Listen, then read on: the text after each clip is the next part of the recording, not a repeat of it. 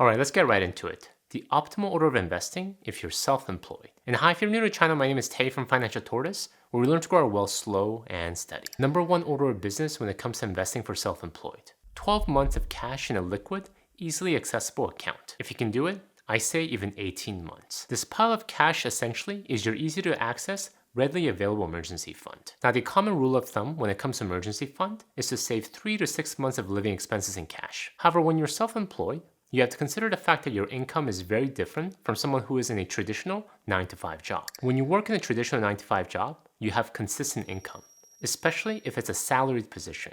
Every other week or every month, you have income deposited into your checking account. However, if you're self-employed, managing your own small business or managing several clients as a freelancer, your income fluctuates, and at times a lot. 1 month, you might have the best month yet, and the next month, your income drops to barely anything. That's why if you're self-employed, you need way more cash cushion than someone who is in a traditional, more predictable income situation. Life happens, and when you're self-employed, it happens a lot. The client that you thought would stay with you for the next 2 years suddenly decides that they no longer want to work with you. Or even if they do, they run into financial trouble, so they have to let you go. And if you don't have enough financial runway to ride through those times, you won't have the mental and emotional space to make smart, strategic decisions about your business and finances. Do not put yourself in that situation. When you look at any major successful companies like Apple, Google, or Microsoft, they all hold a decent amount of cash. Yes, some are due to the fact that it's hard to redeploy capital effectively. However, having a large amount of cash also protects them from uncertainties. And if history can teach us anything,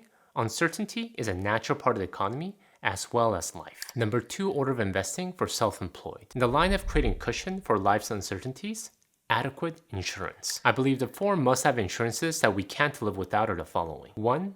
Homeowner insurance. 2. Auto insurance. 3. Health insurance. And 4.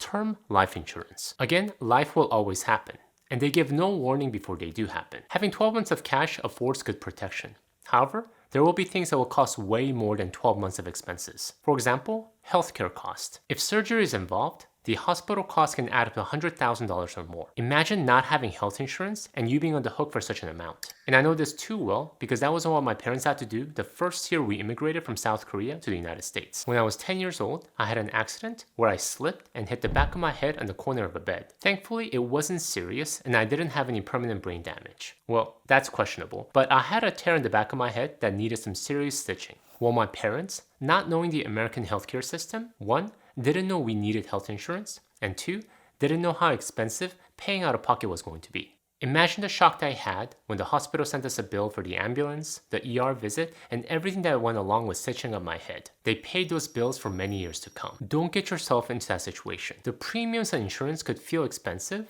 but remember that the cost of not having insurance could be 10 times that. Number 3 order of investing for self-employed. Alright, now that we have our emergency fund, plus insurance protection in place, time to pay off all debt except the home mortgage. And here, I won't differentiate between low interest versus high interest debt. The reason is because again, when you're self-employed, you have a different risk profile than someone who might have a consistent income from a stable 9-to-5 job. When you're self-employed, your income is not consistent.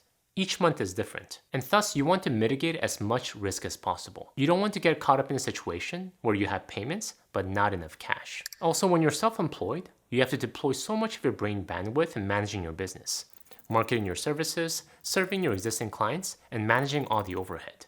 You need to be focused and clear-headed. However, when you're worried about paying your bills, it is very hard to focus. Your current clients don't get served.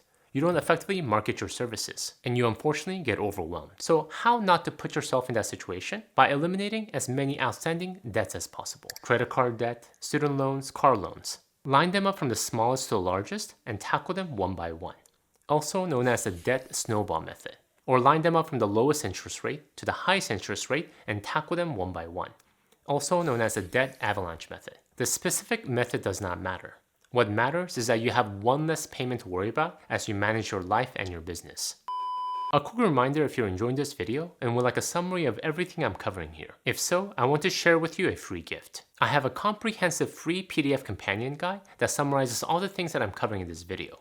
The optimal order of investing for self-employed. There's a lot that I'm covering here, and it's easy to forget a lot of the things that you just heard. So to make sure that you don't forget these invaluable lessons, I made this free multi-page PDF for you. And it's a sure way to make sure that you think of me every time you look at this PDF. So make sure to go to the link I'll have in the description below to grab your free copy. Alright, with that said, let's get back to the video. Number 4 order of investing for self-employed. Open and fund your self-employed retirement account. Now, being self-employed, there are a lot of options to consider when it comes to retirement plans. And there is no one best plan. Much depends on your self-employed status. Are you a solopreneur? Or do you have your spouse working with you? Do you have few employees or do you have many employees? So let me share with you a few options to consider. 1. A solo 401k, sometimes known as an individual 401k or one participant 401k. This plan is designed exclusively for self-employed individuals with no employees and owner-only businesses. The owner's spouse may participate in the plan if they are a compensated employee of the business. Few facts about the plan. For a solo 401k, you contribute both as an employer and employee. In 2024, you can contribute up to $23,000 as an employee. As an employer, you can contribute up to an additional 25% of your compensation. Your total contribution can go up to $69,000. You can contribute an extra $7,500 as a catch-up contribution if you're 50 or older. The total contribution limit cannot exceed 100% of your compensation. 2. A simplified employee pension, aka SEP IRA. This is a good option for self-employed or small business owners with only a few employees. And this is probably the simplest way for business owners to help their employees save for retirement. It is very easy to maintain, low admin burden, and no annual report to the IRS. However, because the plan is profit sharing in nature,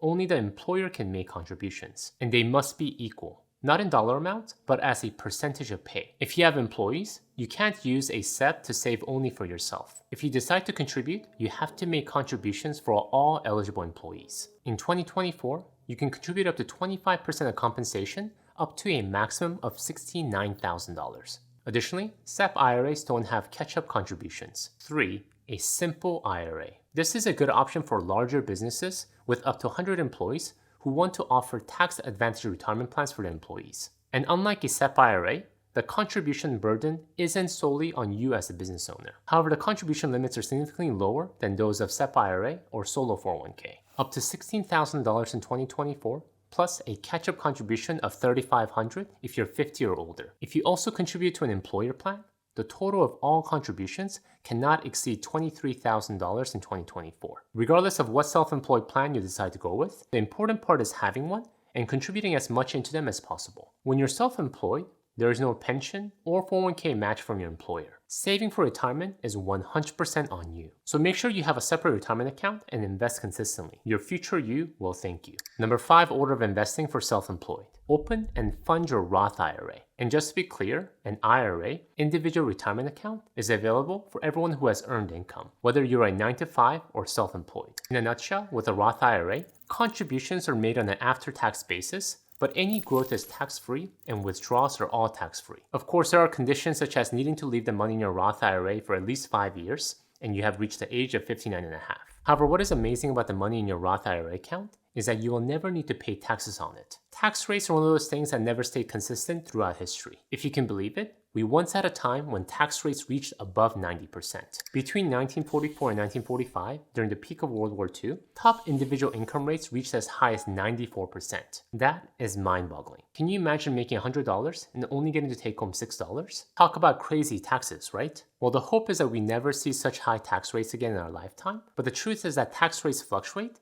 and they will continue to fluctuate in the upcoming years. We just don't know by how much and in which direction. Well, how to mitigate for such fluctuations? One of them is by contributing to a Roth IRA account. You take the pain today of paying taxes and mitigate the unknown tax-related risk in the future. Few facts to know about the Roth IRA. In 2024, the contribution limit for anybody under the age of 50 is $7,000. If you're age 50 or older, the contribution limit is $8,000. Also, if you want to contribute directly to a Roth IRA, you and your spouse must have earned income, but not too much. In 2024, if your income exceeds $161,000 for single filers and $230,000 for those filing jointly, you're ineligible to make direct contributions. But you can use the backdoor Roth IRA strategy. I'll have a link to a video where I delve deeper into this strategy in the description below. Number 6 order of investing for self-employed. Open and fund your health savings account, aka HSA. Now, this may not be for everyone, since in order to contribute to an HSA,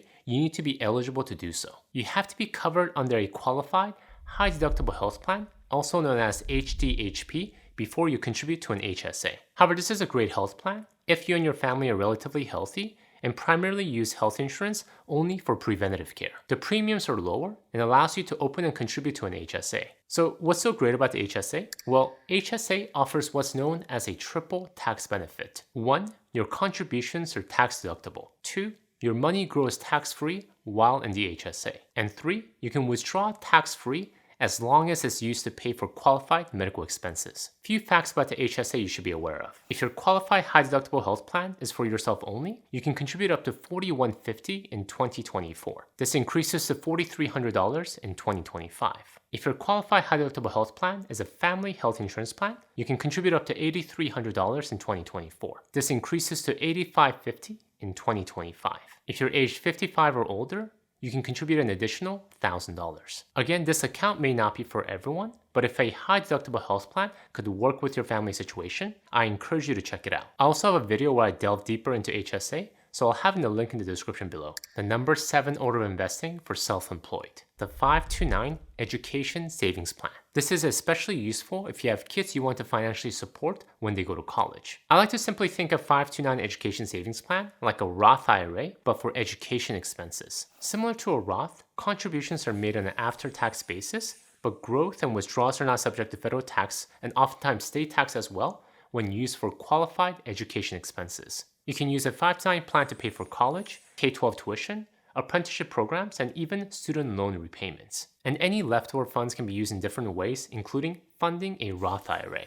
529 plans do not have an annual contribution limits. However, contributions to a 529 plan are considered completed gifts for federal tax purposes, and in 2024, up to $18,000 per donor per beneficiary qualifies for the annual gift tax exclusion. What I also like about the 529 is that account beneficiaries can be changed to eligible family members. For example, if one of your children decides they don't want to go to college, or they attend a school much cheaper than expected, you can easily change the recipient to a different family member. I personally don't plan to fund my kids' college 100% since I want them to have some skin in the game. But having this tax advantage account that I could tap into allows me to have options. Number 8 order of investing for self-employed. Open and fund a taxable brokerage account. Once you've maxed out all your tax advantage options, it's time to start investing money into a regular taxable brokerage account. And this account, as the name states, is fully taxable. You fund it with after-tax dollars. Any dividends it pays out are taxable. And when you withdraw, you have to pay taxes on capital gains. Thus, you want to make sure you're taking advantage of all tax advantage accounts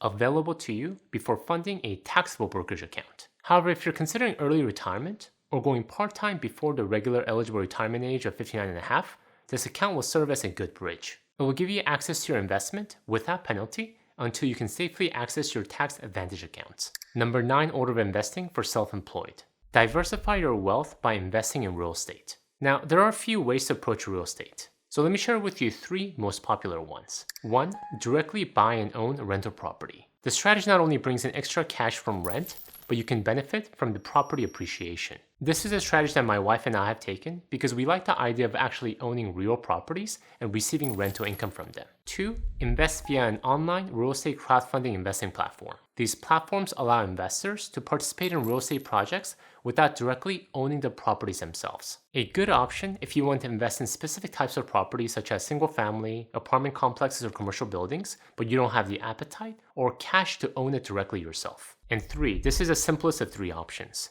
Invest via REIT, Real Estate Investment Trust. REITs operate like a mutual fund for real estate. It groups together multiple companies that owns, operates, and finances income-generating real estate. A good example is the Vanguard Real Estate Index Fund, also known as VGSLX. If you know how to buy a mutual fund, you can easily buy a REIT. Regardless of your approach, buying rental properties, investing via a crowdfunding platform, or buying a simple REIT, having real estate in your portfolio is a great way to diversify your wealth at this stage of investing. Number 10 and the final order of investing for self-employed. If you've gotten this far, why not pay off your home mortgage? Now, this is if you want to completely get rid of all debt from your life. And this is a personal decision. Personally, I like to keep some mortgage, especially if they're super low fixed rate mortgages. However, everyone is different. I know of many people who find so much peace from having a paid off home. And at the end of the day, that is what matters. To have mental and emotional peace when it comes to our finances. Thank you guys for watching The Line of Finding Peace. If you want to have a healthy relationship with money, please check out my video here. Until next time, all the best.